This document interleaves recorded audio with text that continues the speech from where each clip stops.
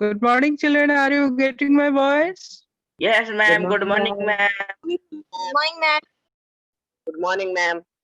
Okay. नमस्ते. We will start a new lesson of history. आपका lesson number जो 6 है, colonialism and the city, the story of an imperial capital. आज हम इस lesson को start करेंगे. मैंने morning में आपको group में message भी किया था. आपने देख लिया था? Yes, ma'am. Yes or no? I'm not getting your voice. Yes, ma'am. Hello? हाँ जी. चलिए आज शुरुआत करते हैं. Yes, ma'am. हिस्ट्री का lesson 6 colonialism and the city, the story of an imperial capital. Ma'am आज ये वाला हम मैम तो मैम मेरी चैप्टर में ही नहीं है मैम, बुक में ये वाला चैप्टर ही नहीं है। अच्छा, लेकिन हमारी बुक में अभी जो है न्यू वाले में है. पहले ये जो चैप्टर था इसको डिलीटेड कर दिया गया था, लेकिन अभी ये एट प्रेजेंट आप लोगों के कोर्स में जोड़ा गया है. तो पुरानी बुक में शायद नहीं होगा, लेकिन मैम मेरी नई मैम बुक न्यू बुक है मैम, उसमें है ही नहीं। तो ये बुक कोई बात नहीं, आप उसमें देख लीजिएगा. ये जो आपको वीडियो मिलेगा उसमें आपको अवेलेबल है ये. ठीक है, चलिए स्टार्ट करते हैं. What happened to cities under colonial rule. अब उन कॉलोनियल्स के साथ क्या हुआ या उन सिटीज के साथ क्या हुआ, जैसे हमने 5th चैप्टर में पढ़ा था 1857 का जो हमने रिबल पढ़ा था, उसके बाद क्या हुआ शहरों के असर क्या हुआ उसका. भाई आपने पढ़ा था कि मेरठ हो गया, आगरा हो गया, दिल्ली हो गया, कुछ ऐसी सिटीज जो थी वो बाद में कैप्चर कर दिए गए थे. उसके द्वारा, आर्मीज के द्वारा. और फिर बहुत ज्यादा उसमें फिर बाद में आपने ये भी पढ़ा कि ब्रिटिशर्स ने भी दोबारा से उस रिबल को रिप्रेस कर दिया. लेकिन उसके बाद फिर क्या हुआ, ये भी तो एक क्यूरियोसिटी होती है ना कि ये रिबल जो हुआ इतने बड़े पैमाने में पूरे इंडिया में हुआ, लेकिन उसका असर क्या हुआ. फिर वही चीज को हम यहाँ पे पढ़ेंगे, और खास तौर पे पढ़ेंगे कि दिल्ली, जिस दिल्ली में आप आज जो हमारे कैपिटल है, उसके ऊपर विशेष रूप से क्या प्रभाव पड़ा, और क्या उसमें रिबेल आज जो हम जिस कैपिटल में रह रहे हैं उससे पहले वो क्या थी, और आज वो कैपिटल कैसे कन्वर्ट हो गया. ठीक है. What happened to the cities under colonial rule. उन शहरों के बारे में जिनको कॉलोनियल यानी ब्रिटिशर्स ने अपना रूल जो रखा था, यानी डायरेक्ट जो था. इससे पहले हम पढ़ रहे थे कि ईस्ट इंडिया कंपनी जो थी वो डायरेक्ट रूल कर रही थी. लेकिन जब 1857 का रिबेल हुआ, तो जो हमारे जो रूल था मतलब इंडिया का, वो डायरेक्ट क्राउन शिप के अंदर आ गया. यानी कि जो महारानी थी, क्वीन एलिजाबेथ, वो डायरेक्ट अब कंट्रोल करने लगी थी इंडिया के ऊपर. तो उनके अंडर में क्या क्या चेंजेस हुए मेजर सिटीज के अंदर, वो हम यहाँ पे देखेंगे. ये क्लियर हो गया सबको? Yes, ma'am. Yes, ma'am. मुझे ना यस और नो थोड़ा आप रिप्लाई दिया करिए, so that I can know whether you are getting it और नॉट. ठीक है. Okay, you have seen how life in the countryside changed after the establish of British power. आपने देखा कि किस तरह से जो जीवन था गांव में चेंज हो रहा था ब्रिटिश पावर के अंडर में. What happened to the cities during the same period?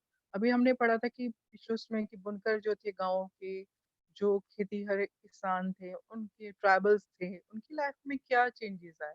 लेकिन उसके अलावा उसी समय जब ये सारे चेंजेस गांव में हो रहे थे, तो शहरों में भी कुछ चेंज हो रहे थे. वो क्या हो रहे थे? The answer will depend on the kind of town और सिटी वी आर डिस्कसिंग. अब अगर हमें इन सारे क्वेश्चंस का आंसर चाहिए, तो हमको ये देखना पड़ेगा कि हम कौन से शहर या टाउन की बात कर रहे हैं, कौन सी सिटी की बात कर रहे हैं. The history of a temple town like Madurai, जैसे कि मदुरई को पहले जो था टेम्पल टाउन के नाम से जाता था, will not be the same at that of the manufacturing town like Dhaka. Dhaka को उस समय जो था मैन्युफैक्चरिंग टाउन के नाम से जाना जाता था. तो मदुराई में जो चेंज हो रहा था वो ढाका में चेंज नहीं, मतलब सेम नहीं हो रहा था. एंड अ पोर्ट लाइक सूरत, सूरत क्योंकि किनारे में था तो उसको पोर्ट सिटी के नाम से जाना जाता था.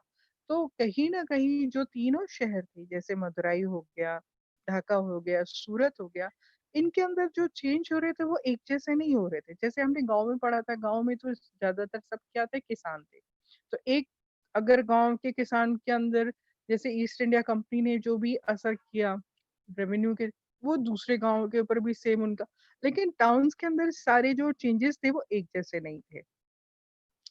As similarities serves many different function. क्यों? क्योंकि इनके अंदर जो टाउन के अंदर जो काम हो रहे थे, जैसे कि अगर हमने पढ़ा कि मदुरई जो था टेम्पल से रिलेटेड था, तो जाहिर सी बात है अगर ढाका मैन्युफैक्चर हो रहा है तो मदुरई में तो मैन्युफैक्चर नहीं हो रहा। तो यहाँ पर जो लोगों के अंदर बदलाव हो रहा है शहरों में, वो ढाका से अलग होगा। अब जो मैन्युफैक्चरिंग ढाका है, तो सूरत जो पोर्ट एरिया मतलब ज्यादातर ट्रेडिंग का काम यहाँ होता है, बिजनेस पॉइंट ऑफ व्यू से लोग आना जाना करते हैं। तो इसके अंदर जो चेंज हो रहा है वो ढाका से सिमिलर नहीं होगा। तो उनके काम करने के ढंग के अनुसार से ही ये चेंजेस हो रहे थे। In most part of the Western world, modern cities merge with industrialization.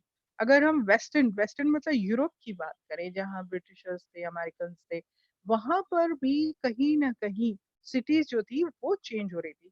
कहने का मतलब इंडिया ही नहीं, जो कॉलोनियल जितने भी थे, जो ईस्ट इंडिया कंपनी या यूरोप के अंडर में थे, अमेरिका के अंडर में थे, ये कहीं ना कहीं इनके सिटीज के अंदर भी चेंज हो रहा था।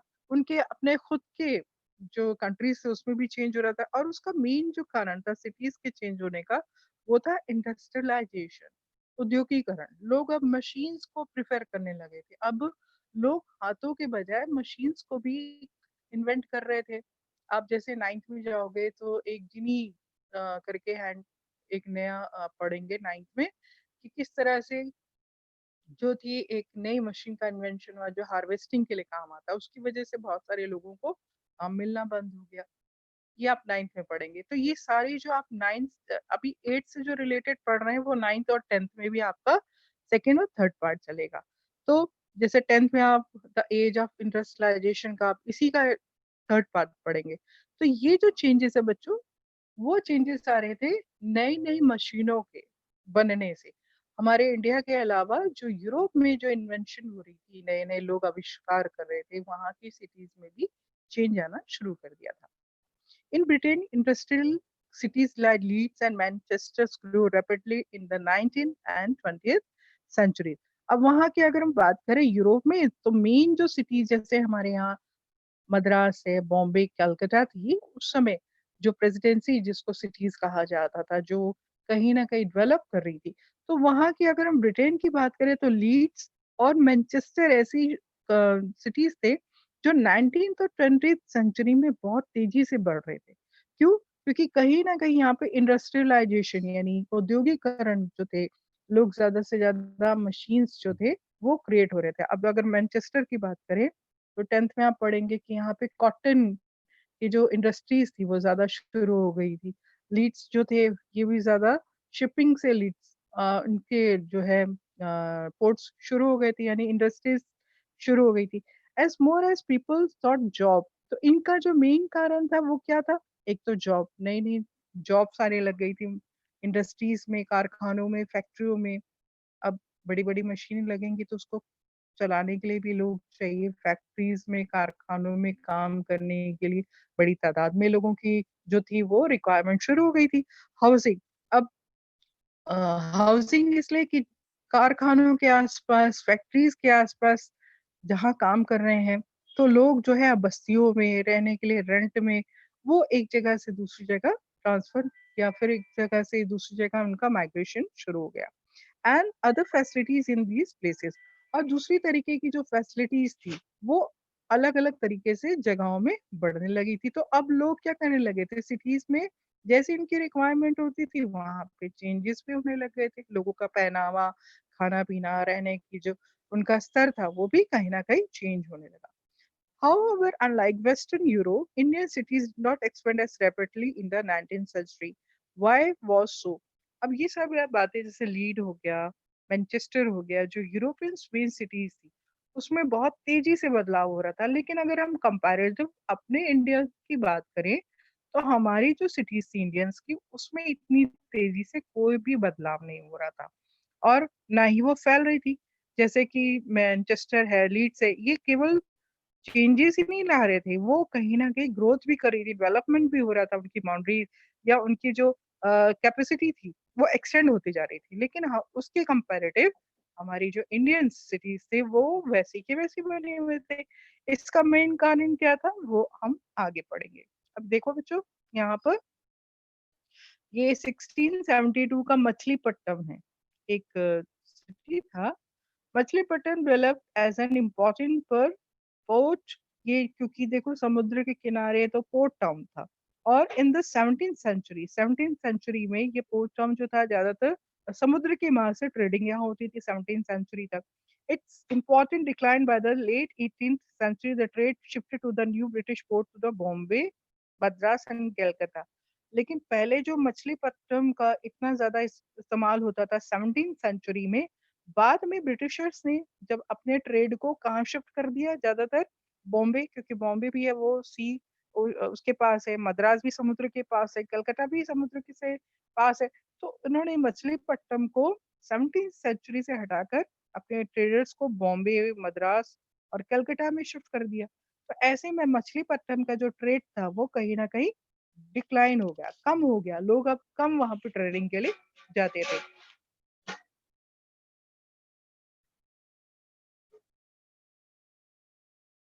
In the late 18th century, Calcutta, Bombay and Madras rose in importance as presidency cities. अब अगर हम मछलीपट्टनम के बाद देखें कि कलकत्ता, बॉम्बे और मद्रास, क्या कारण था कि वहां पे ज्यादा सिटीज जो थी वो डेवलप हुई? तो मेन कारण था as a presidency cities. Presidency cities किसको बोलते हैं? For administrative purpose colonial India was divided into 3 presidencies, जैसे बॉम्बे, मद्रास और बॉम्बे। अब जो एडमिनिस्ट्रेटिव यानी अपनी व्यवस्था जो चला रहे हैं इंडिया में, है ना, जैसे, और एडमिनिस्ट्रेटिव मतलब ऑफिशियल वर्क जो ज्यादातर होता था वो इन्हीं 3 सिटीज में होता था। उस तरह से जब इंडिया में उन्होंने अपना काम करना शुरू किया तो ब्रिटिशर्स जो थे खासतौर पे जब क्राउनशिप के अंडर आए तो उन्होंने 3 तरीके से इंडिया को डिवाइड कर दिया। एक पार्ट हो गया बॉम्बे, मद्रास और बंगाल, और वहीं से वो अपने सारे ऑफिशियल्स जो भी ऑर्डर्स होते थे वहीं से ही दूसरी जगह भेजे जाते थे। और इसमें ईस्ट इंडिया कंपनी जो थी उसकी फैक्ट्रीज जो होती थी ट्रेडिंग के कारण पहले सूरत, मद्रास और कलकत्ता था। तो ये जो चीजें थी वो थोड़ा सा चेंज हो गई। They became the centre of British power in the different regions of India. 3 तरीके से डिवाइड कर दिया था प्रेसिडेंसी सिटीज को। तो इस तरह से अलग अलग रीजन्स होने के कारण इंडिया के जो सेंटर थे वो उनको power. At the same time, a host of similar smaller cities declined. अब ये 3 सिटीज के ऊपर ही ज्यादा फोकस हो गया ब्रिटिशर्स का उन सिटीज में, क्योंकि सारा एडमिनिस्ट्रेशन वहीं से होता था। तो उन सिटीज की यानी ज्यादा डिमांड हो गई। कंपैरेटिव जो दूसरे छोटे टाउन थे, जो छोटे दूसरे सिटीज थे, उनकी अहमियत भी कम हो गई और ज्यादा डेवलपमेंट भी उसमें नहीं देखने को मिला। At the same time a host of smaller city decline. Host मतलब जो पहले उनकी अहमियत थी छोटे छोटे टाउन्स की, जैसे हमने मछलीपट्टनम का पहले सुना, वो अब कम हो गई। Many towns manufacturing specialized goods declined due to the drop of the demand of what they produce. अब इसका एक मेन कारण ये था कि लोग जो थे ब्रिटिशर्स जो थे, उनके जो प्रोडक्ट थे वो भी कहीं ना कहीं उन प्रोडक्ट को जब उन्होंने यहाँ पर हमारे इंडिया में जब लॉन्च किया, बताना, तो इंडियंस के जो ट्रेड्स थे जो पहले हाथों से बनाए उनकी कारीगरी होती थी, जो चीजें थी, वो प्रोडक्ट जो थी वो कहीं ना कहीं कम हो गई, उनकी मांग कम हो गई। जाहिर सी बात है, कोई चीज नई चीज बनकर अगर मार्केट में आती है, चाहे वो कपड़े हो चाहे कोई भी चीज हो, तो लोगों का ध्यान उसकी तरफ जाता है, तो नई चीज लेकर उसको यूज करने में ज्यादा एक्साइटेड होते, इंटरेस्टेड होते। वैसे ही जब नई ट्रेड यहाँ पर इंट्रोड्यूस हुआ, आप 10th में 9th में पढ़ेंगे कि कपड़े जो थे, मैनचेस्टर जो था मेन कॉटन इंडस्ट्रीज के कारण ज्यादा हाईलाइट हुआ, तो वहाँ के जो कपड़े इंडियन सोसाइटीज में आने लगे तो लोग जो थे यहाँ के कपड़ों को कम पसंद करने लगे और बाहर के वेस्टर्न जो कपड़े थे उनको अपनाने लगे। तो जो हमारे यहाँ का कपड़ा उद्योग था, जो ट्रेड था, कहीं ना कहीं वो डिक्लाइन होने लगा। यहाँ के जो बुनकर थे, जो पहले हैंडमेड अपना चीजों को देते थे, खादी का जो ज्यादा इस्तेमाल होता था, और भी बहुत सारी जो चीजें थी हमारे इंडियंस की, वो कम होने लगी। तो जाहिर सी बात है हमारे ट्रेड भी डिक्लाइन होने लगेंगे, छोटे छोटे खत्म हो जाएंगे या फिर बिल्कुल उनकी मांग कम हो जाएगी। Old trading centers and ports could not be survive when the flow of trade moved to new centers. दूसरा कारण था कि नए पोर्ट्स एरिया शुरू हो गए, जैसे मछलीपट्टनम का हमने पढ़ा कि मछलीपट्टनम जो था पहले ट्रेड के लिए ज्यादा इस्तेमाल होता था। लोग यूरोप के जितने भी शिप्स आते थे वही अपने जो भी सामान लाते थे वहां पे पोर्ट में उतारा जाता था। पोर्ट से ही फिर वो दूसरी जगह जहां पर उनकी रिक्वायरमेंट होती थी उस सेंटर्स में भेजे जाते थे। लेकिन अब क्या हो गया था, सूरत, मद्रास और कलकत्ता होने के कारण, क्योंकि वो सब भी सी के पास होने के कारण ट्रेड होते अब यहाँ आने लगे, सूरत में, मद्रास में, कलकत्ता में। इसकी वजह से भी कहीं ना कहीं जो इस सिटीज थी उनका डिक्लाइन होना शुरू हो गया। Similar earlier centers of regional power collapsed when local rulers were defeated by the British and new cities centers of administrative merged।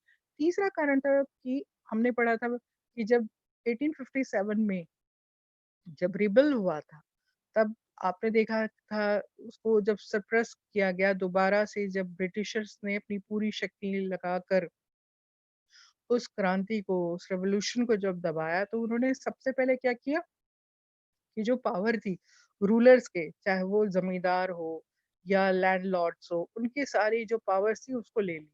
और उसके बदले में उन्होंने क्या किया, उन रियायती उनको शर्तों के साथ दी, मतलब कहीं ना कहीं उनकी पावर पूरी तरह से कम कर दी गई या खत्म कर दी गई और उनके बदले में अपनी शर्तों में उनको रखा गया। जैसे कि हमने बाद में पढ़ा, आप आगे भी पढ़ेंगे कि जो हमारे बहादुर शाह जफर थे, लास्ट एम्पर थे, उसको तो बाद में रंगून भेज दिया गया। और जो दूसरे ऐसे जमींदार थे जिन्होंने ब्रिटिशर्स के अगेंस्ट में काम नहीं किया था, लेकिन उनकी भी जो पावर्स थी वो कहीं ना कहीं लेने के बाद शर्तों के साथ उनको रखा गया। तो पावर कम होने के कारण भी सिटीज का जो डेवलपमेंट एक जमींदार या लैंडलॉर्ड्स या रूलर छोटे छोटे जो कर रहे थे अपने तरीके से, वो भी ब्रिटिशर्स के द्वारा या कॉलोनियल के द्वारा रोक दिया गया था। एक कारण ये भी हो गया था सिटीज के डेवलप ना करने का। This process is then describe as a deurbanisation. इस प्रक्रिया को जो भी हो रहा था उसको डी अर्बनाइजेशन कहते हैं। तो ये बेटा ये क्वेश्चन भी आता है, what do you understand by deurbanisation in the colonial period पे। तो बुक के अंदर से ये क्वेश्चन बनता है। तो डी अर्बनाइजेशन, अर्बनाइजेशन उसको बोलते हैं कि जब शहर विकास करते हैं, शहर बनना। और डी, डी मतलब डिक्लाइन होना, खत्म होना, कोई चीज को रोक देना। अर्बनाइजेशन की प्रक्रिया जो बढ़ती है उसका डी, डी मतलब कहीं ना कहीं रुकावट करके उसको रोकना या खत्म कर देना, उसको डी अर्बनाइजेशन करते हैं। Cities such as Machilipatnam, Surat and Srinagar, Seringapatam were urbanised during the 19th century. तो ये जो तीन सिटीज थी, मछलीपट्टनम, सूरत और श्रीरंगापट्टम, इनमें जो शहरीकरण था 19th सेंचुरी में बिल्कुल खत्म हो गया। क्यों? क्योंकि पोर्ट्स के पास थे। पोर्ट्स में होने के पास जो ट्रेडिंग का पहले यहाँ पे इतना फोकस होता था, अब वो बिल्कुल तरीके या तो कम हो गया या ये बिल्कुल खत्म कर दिया। By the early 20th century, only 11% of Indians were living in cities. अब जाहिर सी बात है जब आपके पास कुछ सोर्स नहीं होगा इनकम का, तो वहाँ के जो लोग थे 11% ही अब रह गए थे इन सिटीज में, दूसरी जगह जाने लगे क्योंकि उनके जो सोर्स था ट्रेडिंग का वो कहीं ना कहीं पोर्ट से या जो भी इनके शिप्स के रिलेटेड होते थे वो कहीं ना कहीं वो खत्म होने लगा था। तो लोग भी अब 11% ही सिटीज में हो गए थे और वो दूसरी जगह मर्ज होकर माइग्रेट होने लगे। देखो बच्चों यहाँ पर बहुत सुंदर से देखो, बॉम्बे पोर्ट था 18th सेंचुरी। 18th सेंचुरी में बॉम्बे पोर्ट की क्या स्थिति थी वो यहाँ देखो। The city of Bombay began to grow when the East India Company started using Bombay and its main port of Western India। धीरे धीरे ईस्ट इंडिया जो कंपनी थी बॉम्बे में किस तरह से माइग्रेट होकर के आगे वेस्टर्न जो आज हम देख रहे हैं, जो बॉम्बे का या आज की जो मुंबई है, किस तरह से उसने धीरे धीरे यूज किया उसको हम देखेंगे। ये एक पुराना जो है मुंबई का सीन है 18th सेंचुरी में। ये क्लियर हो गया बच्चों? ये क्लियर हो गई आपको? Hello?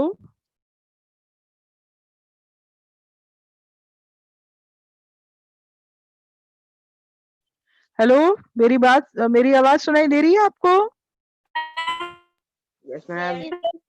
Yes, ma'am. Ma'am yes और नो करके मुझे आप रिप्लाई दिया करिए, नहीं तो मैं रोक दूंगी जब तक आपका रिप्लाई नहीं आएगा और टाइम वेस्ट हो जाएगा उतना। The historic imperial city of Delhi becomes a dusty provincial town in the 19th city before it rebuilt as the capital of British India after 1920।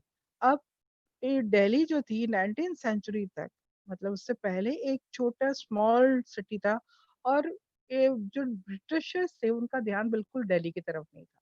मतलब आप दूसरे जो सिटीज है जैसे सूरत है, मद्रास है, कलकत्ता, ये सिटीज तो डेवलप कहीं ना कहीं कर रहे थे, लेकिन जो दिल्ली था उसको टोटली अवॉइड कर रखा था जब तक कि नई सिटी 19th सेंचुरी के बाद उसको कैपिटल फॉर्म में जब तक ब्रिटिशर्स ने या colonials ने नहीं चुना।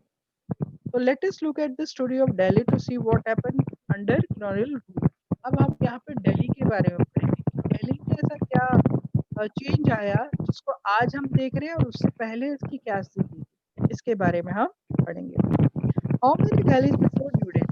तो यहाँ पर एक क्वेश्चन बन रहा है कि न्यू दिल्ली जो आज जिसको हम नई दिल्ली भी बोलते हैं उससे पहले कितनी दिल्लियां बनी है और उसकी क्या उस समय स्थिति थी, इसके बारे में हम स्टडी करेंगे। You know Delhi as the capital of modern India. आज आप बोलते हैं कि दिल्ली जो है भारत के, आज हमारे स्वतंत्र भारत की राजधानी है। Did you also know that it was been a capital for more than 1000 year. आज की जो कैपिटल है उसको बनने से का जो टाइम है 1000 साल पहले ही उसको जो है दिल्ली जो है कैपिटल मान लिया गया था।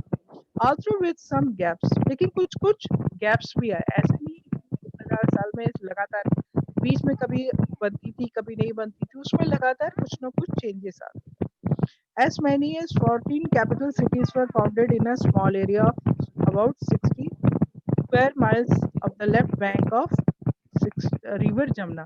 इस दिल्ली को जब बनाया गया थी राजधानी, उसमें 60 जो थी माइल स्क्वायर में 14 कैपिटल सिटी यानी बड़े जो शहर थे उस समय यहाँ पे बसाए गए थे 14, और उसको जो स्क्वायर माइल्स थी वो 60 माइल्स स्क्वायर माइल्स में हुई थी, और इसको जमुना नदी के किनारे लेफ्ट साइड से ही बसाया गया था। तो ये हमारे दिल्ली की जो है हिस्ट्री, आप इसको इम्पोर्टेंट मान के चलेंगे कि किस तरह से दिल्ली को जब बसाया गया था, इसके अंदर 14 शहरों को इंक्लूड किया गया था। 14 शहर मिला करके दिल्ली कैपिटल को बसाया गया था, और ये कितने मिल्स में बनी थी? 60 मिल स्क्वायर में बनी थी, चौड़ी स्क्वायर में बनी थी। कौन सी नदी के किनारे? इसको जमुना नदी के किनारे ही बसाया गया था। Remain of all other capitals may be seen at the visit of the modern city state of Delhi। जब आप जमुना नदी के किनारे पुराने क्षेत्रों में अगर आप जाएंगे, विजिट करेंगे, तो आपको वहाँ पुराने फोर्ट्स मिल जाएंगे, पुरानी दीवारें खंडर जो बन गई हैं किस तरीके की बनी होती है। आज भी पुरानी दिल्ली में आप जाओगे तो वहाँ की गलियाँ आपको मिलेंगी जो उस पुराने समय की दिल्ली को दिखाते, और आप देख सकते हो पुराने किलों के अभी भी टूटे हुए अवशेष हैं, टुकड़े हैं, या दीवारें हैं, या कुछ ऐसी चीजें जो पुरानी दिल्ली से रिलेटेड है, आज भी आपको देखने में, विजिट करने में। Of these, the most important are the capital cities built between the 12th and 17th century। अब 12वीं और 17th सेंचुरी के बीच में जो कैपिटल सिटीज जो थी वो लगातार यहाँ पर अब डेवलपमेंट होना शुरू कर दिया। तो देखो यहाँ पर हम पढ़ेंगे the most splendid capital of all was built by Shah Jahan. अब सबसे पहले जो थी यहाँ मैम पर दिल्ली बैकग्राउंड वॉइस की वजह से आपकी वॉइस आ नहीं रही है। क्या बेटे? Ma'am background voice hello? आ रही है। किसी ने अपना म्यूट करेंगे? सभी लोग म्यूट करिए, क्योंकि मेरे यहाँ से कोई ऐसी चीज नहीं हो रही। किसी ने अपना अनम्यूट कर दिया। सब बच्चे अपने उसको वो करो, म्यूट करो, तभी मेरी आवाज आपको सुनाई देगी। हाँ, मंती का माइक खुला है। किसी ने पंखा या कोई ऐसे उसके सामने रख दिया, आवाज ऐसे आ रही है जैसे तेज हवा चल रही है। मंती अब का क्लियर माइक है? खुला है। Yes ma'am. ठीक है। The most splendid capital of all was built by the Shah Jahan. सबसे बेहतरीन और अच्छी जो कैपिटल बनाई गई थी वो शाहजहां ने जब दिल्ली को बनाना शुरू किया था तब देखते हैं। जिसका नाम उसने क्या रखा था? Shahjahanabad. was begun in 1639 and considered as a fort place. जब दिल्ली को शाहजहां ने बनाना शुरू किया था तब दिल्ली का नाम था, वो था शाहजहांबाद। तो ये बहुत इंपॉर्टेंट है कि ये जो आज की दिल्ली है उसके नाम एकदम से दिल्ली नहीं रखा गया था, उसे अलग अलग नाम से बसाया गया था। तो सबसे पहले जो शानदार तरीके से दिल्ली को हम अगर बनता देखते हैं तो वो है शाहजहां राजा शहनशाह के उसमें जो बननी शुरू हुई थी। और उस समय उस वक्त दिल्ली का जो नाम था शाहजहांबाद था। ये कब की बात कर रहे हैं हम? 1639 की बात करें। And consisted of a fort palace complex and the city joined it. यहाँ पे देखिए शाहजहां का जो बाहर था दिल्ली का, ये यहाँ पर एक छोटा सा इमेज दिया गया है। देखिए image of Shahjahanabad in the mid 19th century. Mid 19th century यानी 18 और 19th सेंचुरी के बीच में ये शाहजहांबाद कैसी दिखती थी? यहाँ पर इमेज दी गई है। The illustrated London news, you can see the red fort and left. यहाँ पर आप फोर्ट देख रहे हैं लेफ्ट साइड में, दीवारें बनी हुई हैं, ये देखिए बाउंड्रीज बनी हुई है ताकि कोई भी बाहर से उनके अटैक ना हो, मतलब सिक्योर रखा गया। Also the centre runs the main road of Chandni Chowk, और बीच में चांदनी चौक की जो रोड्स है वो बनी हुई है। और रिवर जमुना जो है देख रहे हैं आप, नदी बह रही है जमुना नदी। तो ये इस तरह का जो इमेज है, ये जो है लंदन न्यूज में कौन सी तारीख को? 16 जनवरी 1858 में इसको इस जो है शाहजहांबाद की इमेज दी गई थी। ठीक है। The constant of the fort place complex and the cities joint it. Lal Qila और the red fort made a red stone. ये आप पढ़ लीजिएगा कि किस तरह से जो लाल किले हैं उसके रेड पत्थरों से उसको बनाया गया था, रेड सैंडस्टोन से बने थे। और जो पूरा जो पैलेस था बहुत ही स्ट्रॉन्ग था, कॉम्प्लेक्स जो था काफी स्ट्रांगली उसको बनाया गया था।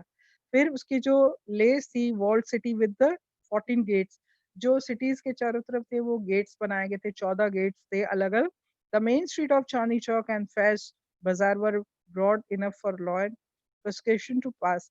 और जो चांदनी चौक और फैज की बाजार की जो सड़कें थी उसको इतनी चौड़ी कही गई थी ताकि जो राजा है, शाही जो सवारियां है वो आना जाना आराम से कर सके। The canal run down the centre of the Chandni Chowk. एक कैनल रन करता था, एक नहर जाती थी चांदनी चौक से बाहर की तरफ, ताकि लोगों को पानी वगैरह या जो भी आने जाने का काम है वो उसमें सही तरीके से हो सके। Set amidst densely packed mohallas of dozen bazaar, the Jama Masjid was among the largest and greatest mosque in India. उसके बाद जामा मस्जिद जो थी बहुत बड़ी एक मॉस्क्यू जो थी, मकबरा क्या बोलना चाहिए उसको, मॉस्क्यू को हिंदी में क्या बोलेंगे? जहाँ पे नमाज पढ़ते हैं उसको क्या बोलते हैं? मस्जिद, मस्जिद सॉरी। जो जामा मस्जिद जो थी सबसे ज्यादा बड़ी बनी थी इंडिया में। There was no place higher than the mosque within the city. उस समय और आज में भी जामा मस्जिद जो है वो सबसे ज्यादा बड़ी है, और उसके मुकाबले में जितनी भी मस्जिदें बाद में बनी वो छोटी बनी थी। Delhi during Shahjahan's time was also an important center of Sufi culture. जब ये शाहजहां ने शाहजहांबाद को बसाया था उस समय के जो कल्चर था उसमें सूफी कल्चर। अभी सूफी कल्चर को बोलते हैं, कोई बताएगा? आप लोगों ने पढ़ा भी है।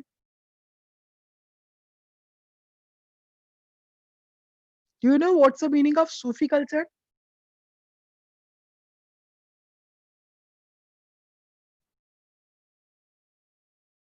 Hello? Yes ma'am. सूफी कल्चर किसको बोलते हैं? कोई बताएगा? कोई बात नहीं, गलत ही बोलो। अच्छा, अगर मैं इसको हिंदी में बोलूं, भक्तिकालीन, जैसे भक्तिकालीन बोलते हैं ना, लोग ईश्वर की भक्ति में ज्यादा अपना टाइम स्पेंड करते थे, या उस समय एक सर्टेन टाइम पे लोग जो थे ज्यादा स्पिरिचुअल हो जाते हैं, डिवोशनल टाइम जो था। आपने अपने सेवंथ की बुक में भी पढ़ा था डिवोशनल, जैसे मीराबाई हो गई, बहुत सारे ऐसे आपने क्लास 7 में पढ़ा था कि नहीं? मीराबाई के बारे में, कबीर के बारे में, यस और नो?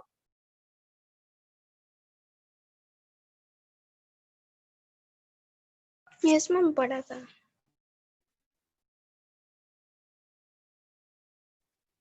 मुझे सिर्फ एक ही बच्चे की आवाज मैम सुनाई ये दे रही है, दीपक कुमार ने अपना ये नहीं खोल रखा है, बाकी यस सब कहाँ मैम। गए? सचिन ने, मैम इसने भी पढ़े अपना नहीं थे। खोला है। स्मिता ने नहीं खोला हुआ है। आप लोगों की अटेंडेंस में नहीं लगवाऊंगी फिर, अगर आप लोग यहाँ पे नहीं कर रहे हैं। सबकी एब्सेंट लगेगी यहाँ पर, एक दो बच्चे थोड़ी होना चाहिए, बाकी कहाँ गए?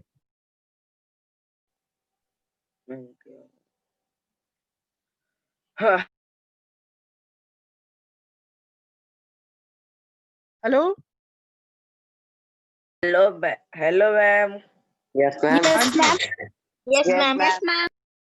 हेलो मुझे मैम। सुनाई देना चाहिए। और अपने वीडियोस खोल के रखिए। वीडियो आपने अपने वीडियोस को क्यों बंद कर रखे हैं? वीडियोस खोल के रखिए। जब आप देख ही नहीं रहे तो पढ़ क्या रहे हैं यहाँ पर? सचिन ने अभी खोला है, और म्यूट अपना उसको रखो, दिखाई देना चाहिए मुझे सभी, नहीं तो सबकी एब्सेंट लगेगी और मैं सबकी एब्सेंट लगवाऊंगी। आप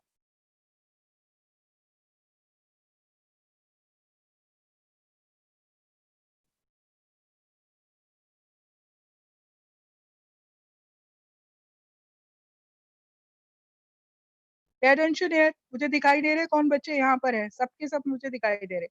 पूछो, आपने अपनी यूनिफॉर्म पहनी है कि नहीं पहनी हुई है? पूछो मंडल। No ma'am. क्यों? यूनिफॉर्म पहनकर आपको अपने यहाँ पर आना है ना क्लास के अंदर। सचिन, आपकी यूनिफॉर्म कहाँ है?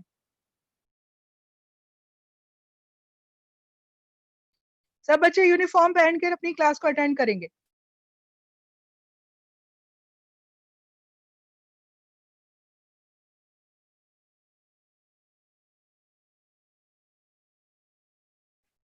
अपनी बुक्स लेकर आप बैठा करिए जब भी आप आते हैं तो। शिवानी, आपकी यूनिफॉर्म कहाँ है? Ma'am book. इस तरह से नहीं आनेंगे, नहीं तो मैं एब्सेंट लगवाऊंगी मैम से कह के। सबकी एब्सेंट ही लगेगी। यूनिफॉर्म पहन के बैठेंगे। जब आपको बोला गया है कि अपने घर में जब आप आते हैं क्लास अटेंड करने के लिए, तो यूनिफॉर्म में आएंगे।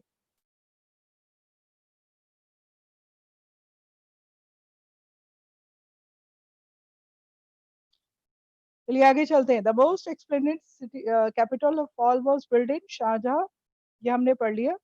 अब सूफी कल्चर है उसको बोलते हैं, जैसे हमने 7th क्लास में पढ़ा था, भक्तिकालीन। तो जब मुसलमान यानी मोमेडियंस जब स्पिरिचुअली या जब डिवोशनल टाइम जो होता है जिसमें वो ईश्वर की ज्यादातर भक्ति करते हैं, या अपने जो भी खुदा है उनका ज्यादातर अपने कल्चर में या अपने जैसे गानों में, पोएट्री में ईश्वर को ज्यादा डिवोटेड होकर जो बातें लिखते हैं, उसको हम सूफी बोलते हैं। तो शाहजहां के समय जो था, वो कहीं ना कहीं सूफी कल्चर को दिखाता था। लोग जो थे वो ज्यादातर डिवोटीज थे, अल्लाह के ऊपर, खुदा के ऊपर उनका ज्यादा विश्वास था। तो जो भी वो अपनी पोएट्स लिखते, डांस करते। आपने अकबर पिक्चर देखी है अभी जो रिसेंटली, जिसमें ऋतिक रोशन है, वो वाली मूवी देखी है? जिसमें वो गोल गोल करके आपने देखा होगा, एक डांस है, पता नहीं कौन सा है, मेरे को नहीं पता। लेकिन उस मूवी में गोल है, लंबी सी टोपी डाल के लोग गोल गोल गोल गोल डांस कर रहे हैं। तो वो सूफी डांस है जो कहीं ना कहीं डिवोशनल खुदा से स्पिरिचुअल आप जब एक तरह से कनेक्ट हो जाते हैं, उस समय ये डांसेस को किया जाता है। तो सूफी कल्चर जो था शाहजहाँ के टाइम पे बहुत ज्यादा फैला हुआ था। एट अ सेवरल दरगाह, तो दरगाह किसको बोलते हैं? The tomb of the Sufi son. जो दरगाह उसको बोलते हैं जो भी सूफी कोई संत है उनकी कब्र को दरगाह बोला जाता है। फिर खानगाह, खानगाह वो है जैसे house for travelers and a place where people come to discuss spiritual matter, get the blessing of saints and hear Sufi music. अब यहाँ पे जैसे पुराने समय में धर्मशाला वगैरह होती थी जहाँ पे लोग इकट्ठे होते थे और अपनी जो भी उनके धार्मिक जैसे भजन हो गए, हिंदूज में भजन करते हैं, हाँ नए नए सॉन्ग्स गाते हैं। तो लेकिन यहाँ पर जो लोग थे वो धर्मशाला नहीं बोलेंगे, उनके इकट्ठे होकर उनको खानका बोलते थे। और वहां पर यात्री लोग आते थे और लोगों के साथ डिस्कस करते थे और उनका जो डिस्कशन होता था वो ज्यादातर स्पिरिचुअल मैटर्स पे होता था। और वहां पे जो साधु संत होते थे जो उनके मॉडर्न्स के होते थे वो उनको उनके म्यूजिक को सुनते थे, उनसे ब्लेसड होते थे। फिर है तीसरा ईदगाह, an open prayer place for Muslims primarily meant by Eid prayers. जो ईदगाह होती है वो जैसे नमाज जहाँ पे पढ़ते हैं ओपन में खुली जगह पर, वहां पर इन प्रेयर्स को रखा जाता है। और ये कल से देख street with the dead and, कल से देख जहाँ पर जिसका कोई मतलब छोटी छोटी जो ऐसे मोहल्ले जिसके छोटी छोटी गलियां होती है। Open squares, winding lanes, quiet cultic, and water canals were the pride of Delhi's resident.